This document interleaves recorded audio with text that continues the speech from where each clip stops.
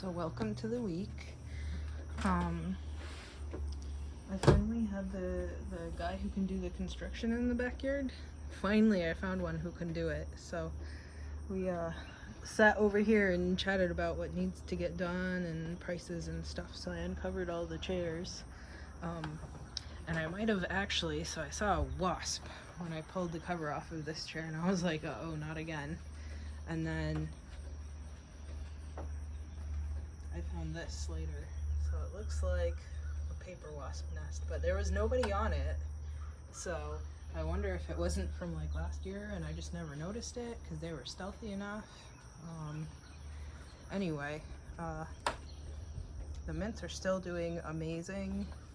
The banana mint is blooming. At first I just had the little like shiny green bees like you see right there. But then I've had honeybees visiting it too. Oh, there's another bee. The bee is having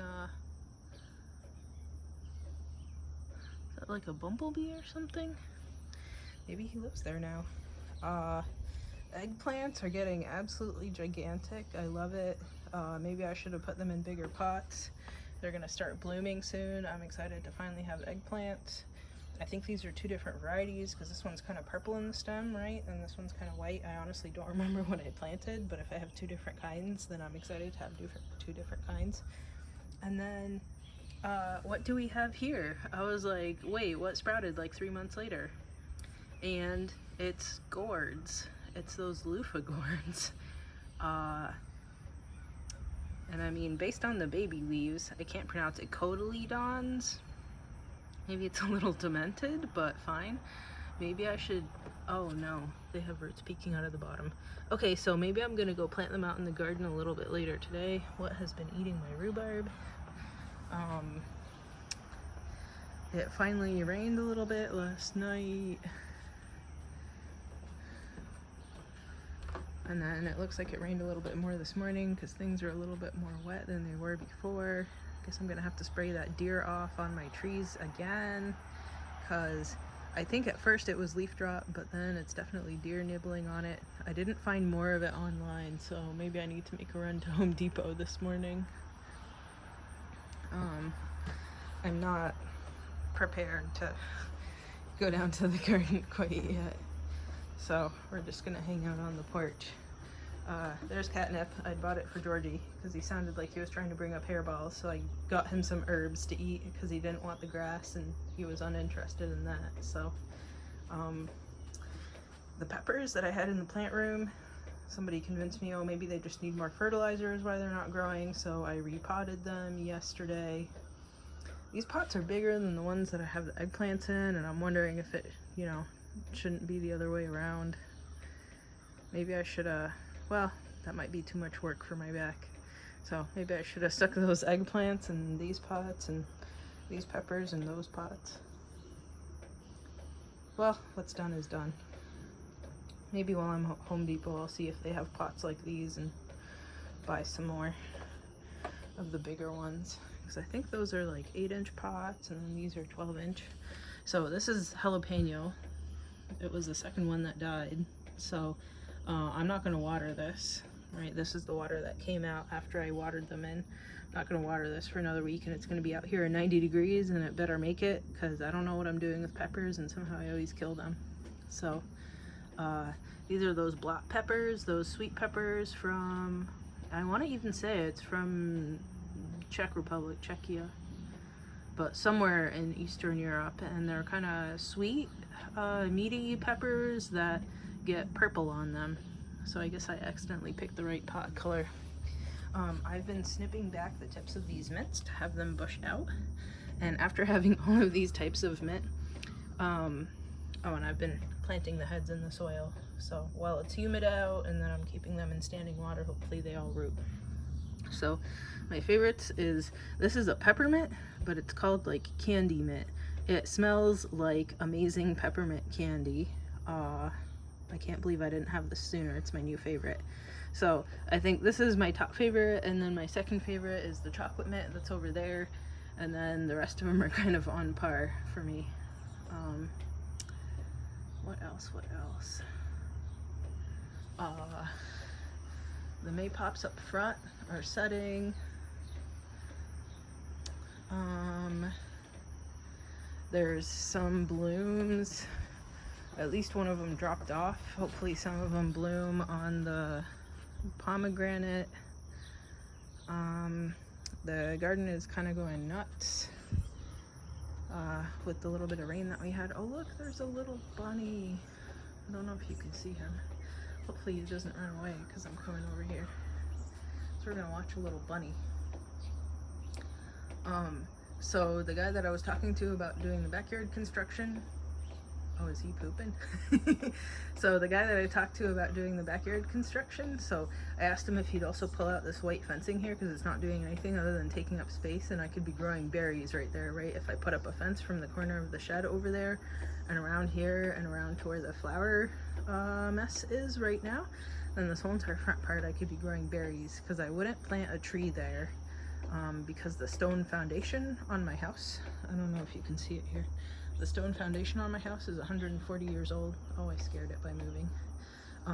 And the tree that used to be right here, the big maple, was growing its roots into there and causing leaks. So that's why I have the evergreens now, because their roots go straight down and they don't go out. So it would turn into a berry patch, and then I'd have the trees a little bit further back. And since I have all the dwarfs and semi-dwarfs, because they always say, you know, tree roots don't go out further than how tall the tree is.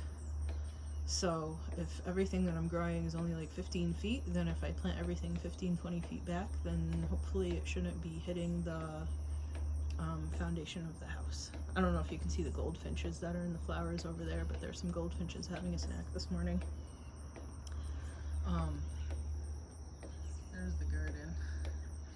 So I don't know if I showed you that I'd finished moving the mulch. I kind of haphazardly tossed it everywhere and hoped that like the squirrels and the birds and stuff would work it into the plants. They kind of haven't, but I'm not in a position to be able to really move it around too much. So, you know, hopefully weather and time and critters get it moved around to where it wants to be. Uh-oh, that's a pokeweed. I should pull that out. So, what else?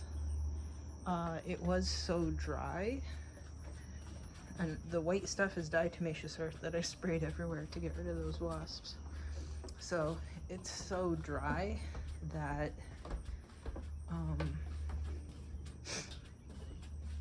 the middle pawpaw over here had droopy leaves in the middle of the week, and I thought to myself, oh no, is something eating you? Did something attack your roots?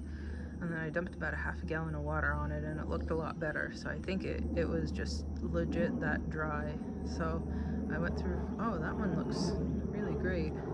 So I went through and dumped water on those and the salmonberry that's over there. I don't know if you can hear me over the plane.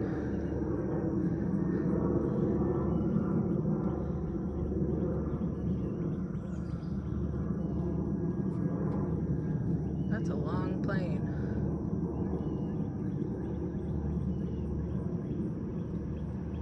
So I dumped water on that, and then my little tree over here, because it was starting to have yellow leaves all over. I think you can see them. And then the thimbleberry that's in the corner of my fence over there, and then all the pawpaws down the side. Like with the watering can, and in the garden I watered with the watering hose. I hooked it back up after I took a couple days to do a quick mow over the whole entire yard, because it barely grew in the past month and a half because we were in severe drought. I looked at the drought map, and now we're in moderate drought, which is an improvement. And you know, I'm staying aware of it because I'm on a well, so if it gets to severe, extreme, or whatever the top category is, then I'm gonna have problems. Ooh, this one is finally blooming too. Hopefully the bees are visiting this one too. I think that's all I have for this week.